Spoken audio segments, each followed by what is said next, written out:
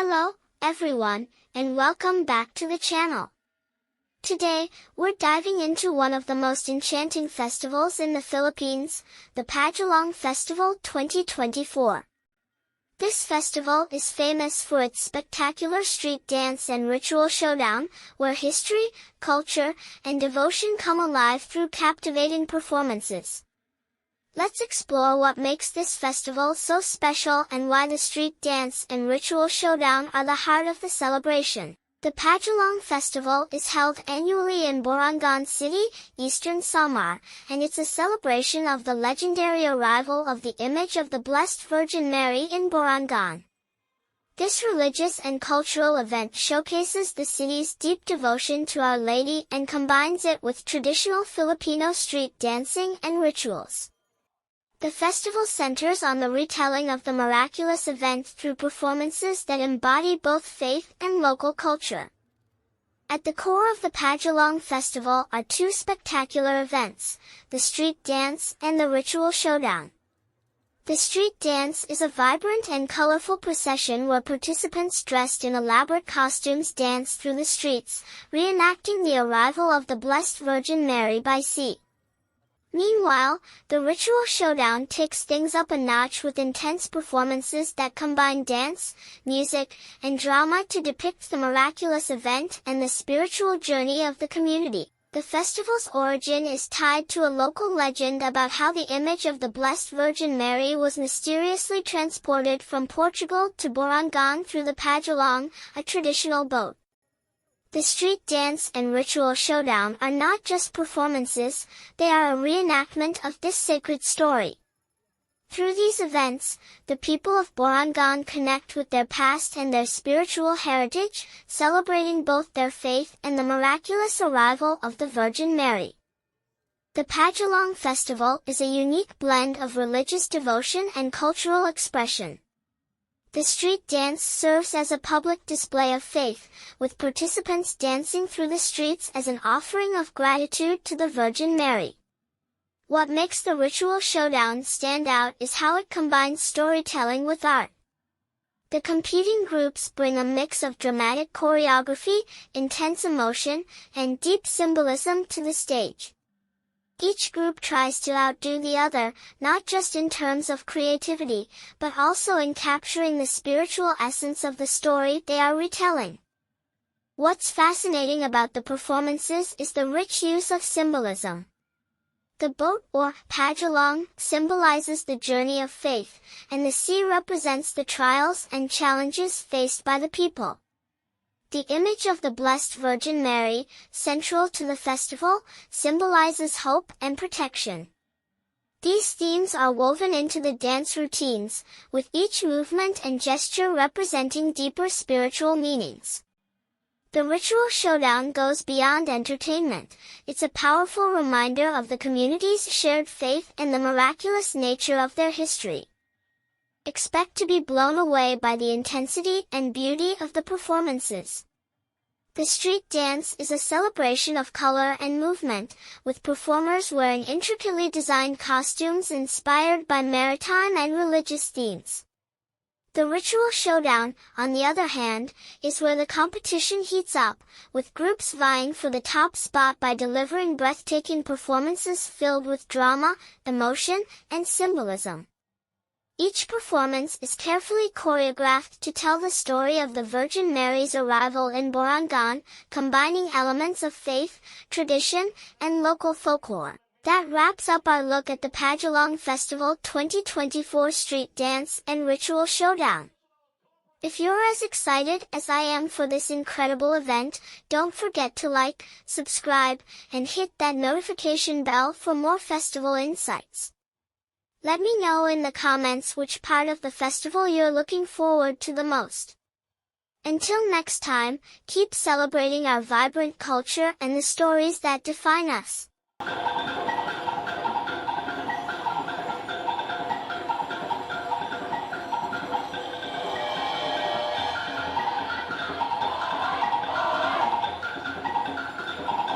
By the way, I would also like to inform everyone that we are currently streaming live at the official Facebook pages of two pages we are live at the Borongan City Information Office. At the same time, we are also live at the ST News official Facebook page.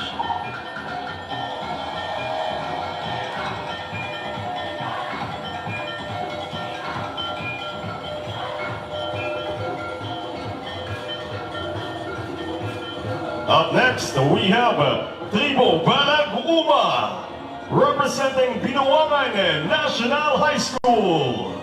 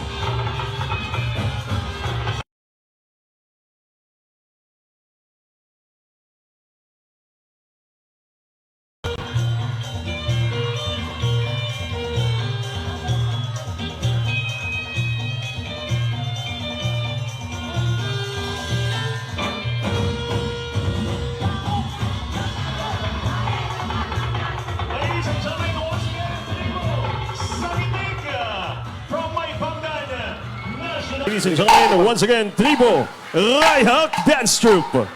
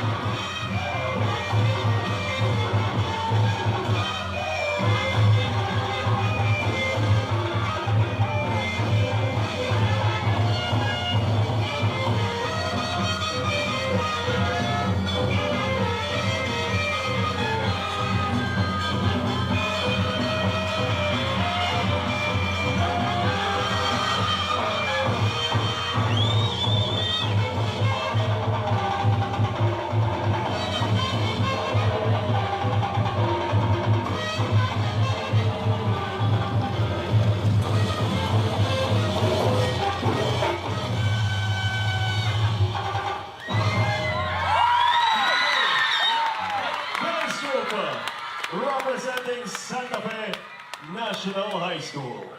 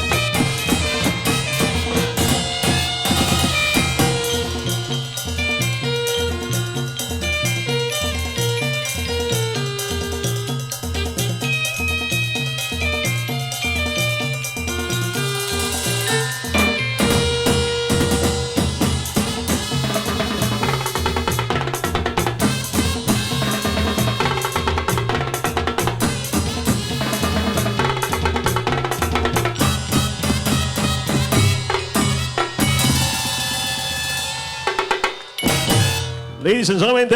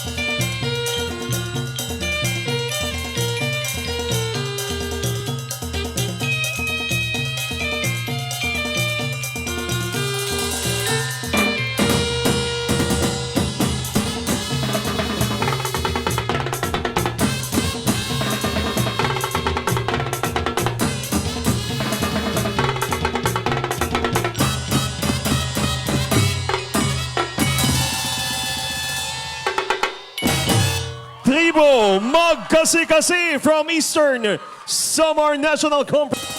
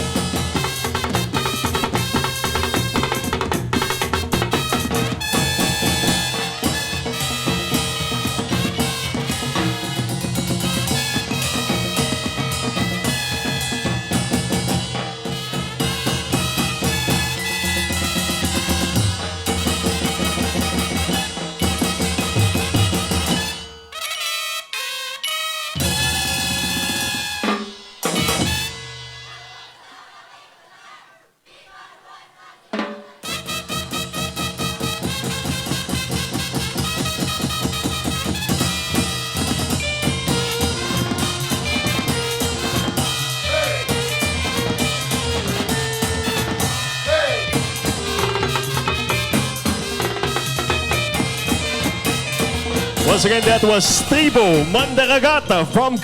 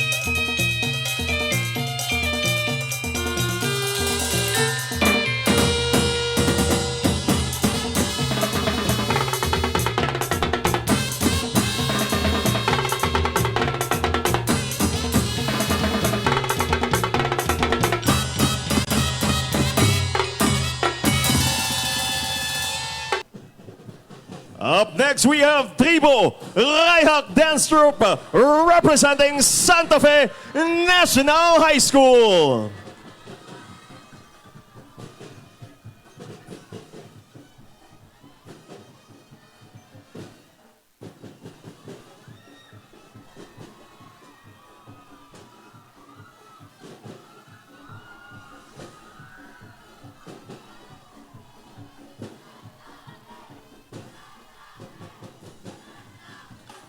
Tribo Paraguma from Borongan National High School.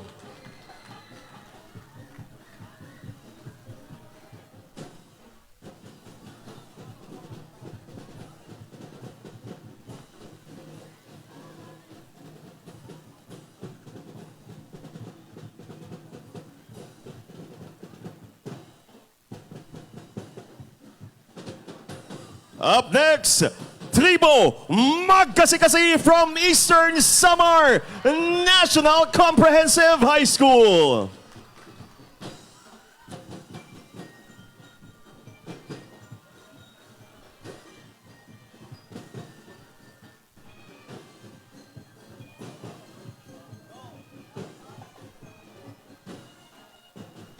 We also have Tribo Mandaragat from Kalingatngan National High School.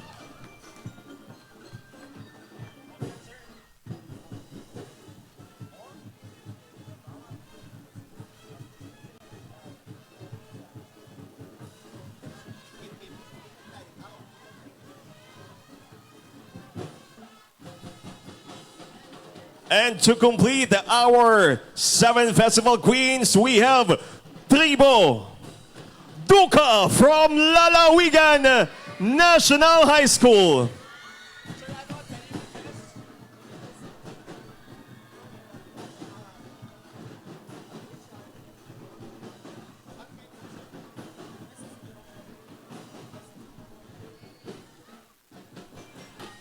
Ladies and gentlemen, the images being carried by our festival queen is sponsored by the Hermanidad 2024.